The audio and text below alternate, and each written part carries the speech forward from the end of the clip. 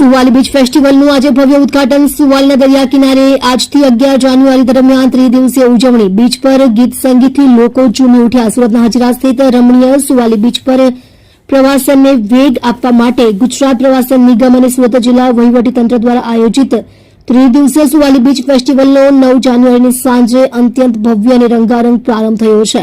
સાંસદ મુકેશ દલાલ અને ધારાસભ્ય સંદીપ દેસાઈ દ્વારા આ ઉત્સવને દીપ પ્રગટાવીને ખુલ્લો મૂકવામાં આવ્યો હતો અને આતિશબાજી કરવામાં આવી હતી। શહેરની ભાગદોડભરી જિંદગીથી દૂર દરિયાના ઘૂઘવાટ અને ઓસમાણ મીરના સૂર વચ્ચે સુવાલી બીચ ફેસ્ટિવલનો ધમાકેદાર પ્રારંભ થયો છે।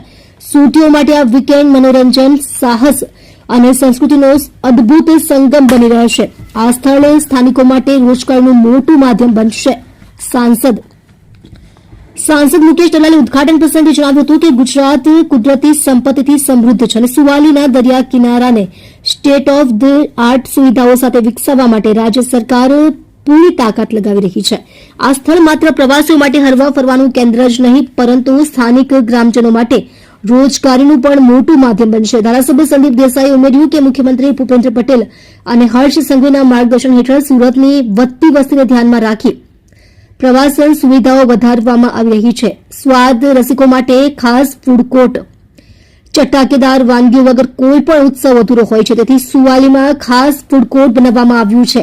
અહીં વિવિધ પ્રકારના સ્ટોલ્સ પણ સુરતીઓ દરિયાના ઠંડા પવન સાથે સ્વાદિષ્ટ ભોજનની મજા લઈ રહ્યા છે। સેલ્ફી અને ફોટોગ્રાફીના ક્રેઝને ધ્યાનમાં રાખી સુંદર ફોટો કોર્નર પણ તૈયાર કરાયા છે। જિલ્લા કલેક્ટર ડોક્ટર સૌરભ પારઘી સહિતના ઉચ્ચ અધિકારીઓએ વિવિધ સ્ટોલ્સની મુલાકાત લઈને વ્યવસ્થાઓની સમીક્ષા કરી હતી। 11 જાન્યુઆરી સુધી સુવાલી બીચ ફેસ્ટિવલ ચાલશે। મહત્વની વાત એ છે કે સુવાલીનો વિકાસ દેવભૂમિ દ્વારકાના પ્રખ્યાત શિવરાજપુર બીચની તર્જ પર કરવામાં આવશે।